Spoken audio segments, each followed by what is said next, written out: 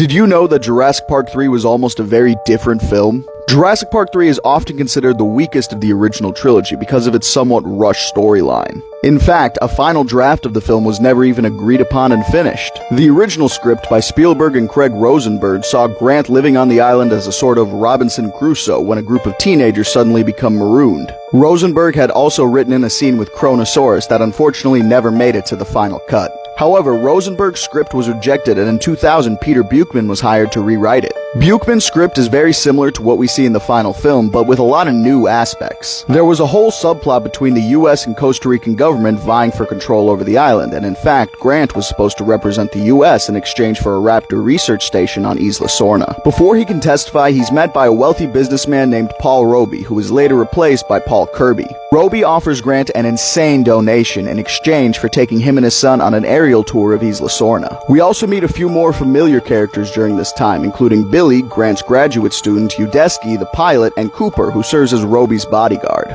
Aside from the characters, most of the island plot actually stays the same, aside from the kid living on the island for any period of time by himself. Another difference is that the laboratory and aviary scenes are much more complicated and longer in this original script. This would include the humans spending the night in the lab before raptors snuck in and forced them all to escape on motorbikes. In the other subplot, the governments just end up deciding to bomb the island, mimicking the original Jurassic Park novel ending. Despite knowing they were going to bomb the island, for some reason Grant elects to stay behind, and the last thing we see of him is him disappearing back into the jungle. Personally, there are a lot of parts about this script that I really enjoy, but there's also a lot of parts that I didn't really enjoy.